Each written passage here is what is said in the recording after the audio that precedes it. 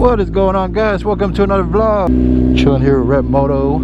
Got my buddy Sid behind me. Nice 60-degree weather we got today here in Texas, and I can't help but not take advantage of it and go for a little ride. He's usually riding a cafe racer like a CB500, a Honda, or one of those older 90s BMW cafe racers, but he decided to buy a Roadster, one of the Sportster versions of the Harley Davidson Sportster line, I guess. Let's take a look at it real quick. That rumble. So today I was actually thinking about going and buy a GoPro 8, and I've been itching for it for a while. I have this GoPro 5 right now, but I've been itching for a GoPro 8 for a while, just because of the hyper smooth gimbal like features. I'm gonna wait till I have 500 subscribers, and then that'll get me to get a GoPro 8.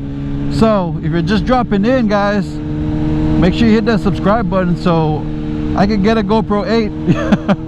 You know what, let's talk a little bit. I had a video about the 5 things that I love about my Kawasaki Z900. So why not just make a video off the fly about the 5 things? Or I mean, I don't even know if I can name 5 things, but we'll see. It'll depend on the title of this video. But what are the things that I hate about the Kawasaki Z900? And hate is a very, very strong word.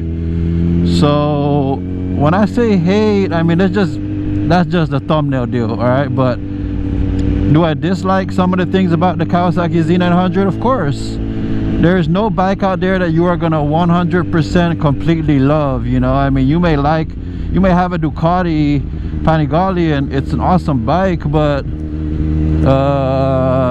you may not like the seating position that well, or after a while it gets kind of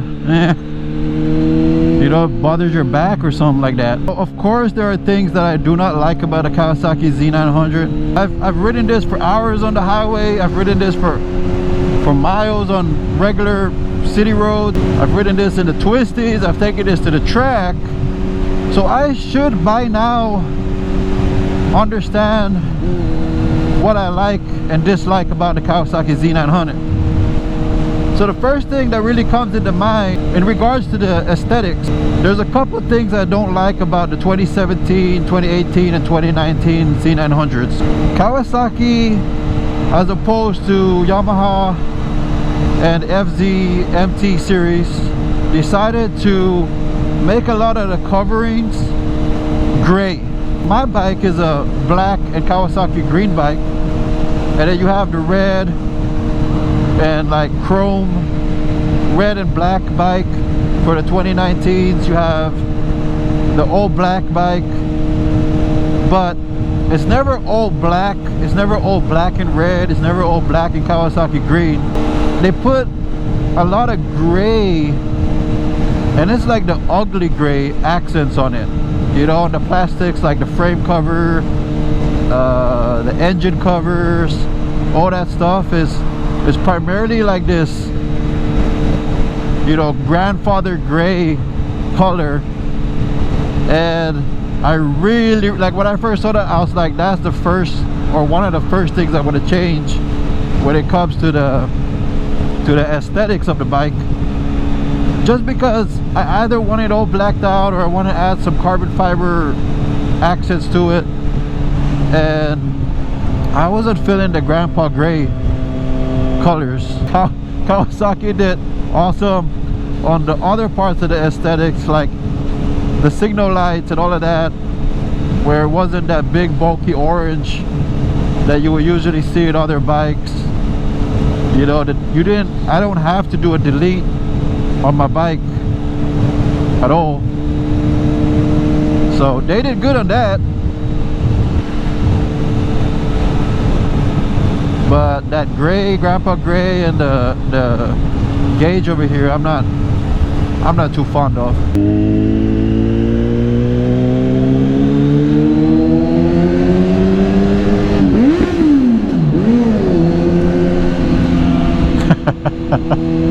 I just had to do it. Another thing that I can say I'm not fond of with the bike, man, is its seat, like its stock seat. Now obviously I have the Louis Moto seats on it right now, but when I first got the bike, one of the problems that I didn't like about it is the seat. I'm 5'9", but that wasn't the issue, my height or my weight or whatever. It wasn't the issue with the seat. It was how I didn't feel like it was comfortable. It looked so bland, and I guess, you know, if you have a black bike, it'll match the bike, it looks good. But you know, when you stare at something too long, it looks very, very different from the rest of the bike. That's how I felt when I was looking at it. Like, man, this, like, it doesn't flow with the bike. This might be like a dumb thing, but I guess if you stare at something long enough, you kind of pick it out from the rest of the bike, and that's just what I did, and it wasn't as comfortable as I wanted it to be. So I decided to get the Louis Moto seats, the Louis Moto custom seats, and it has worked great since then. You know, everything that I'm saying here, everything that I'm saying that I don't like about the bike can definitely be switched out. It can be changed, it can be modified to a way that will suit you on what your needs are for the bike. I'm like really trying hard to think of things that I don't like about the Z900. And now I'm literally nitpicking, right? Because some of the things that I really like about it are also things that I don't like about it in some ways. Like, for instance, the Z900 is a very raw powered bike. It doesn't have any modes, it doesn't have anything, any traction, you know, it doesn't have traction control, A modes, B modes. It doesn't have rain mode, sport mode, or anything like that. It's very, very, it's a simple bike, you know, and I do like that about it. But I'm very curious to see the Z900 have those type of electronics on it, especially since the Z900 has them. So I'm kind of curious to explore what a Z900 with options, with an electronics package, has to offer. If I wanted that or anything like that, you know, I would have to go for a Z900 or a bike that is a little bit more has a little bit more electronics. But I mean, do you need it? No. And that's why I like the Z900, but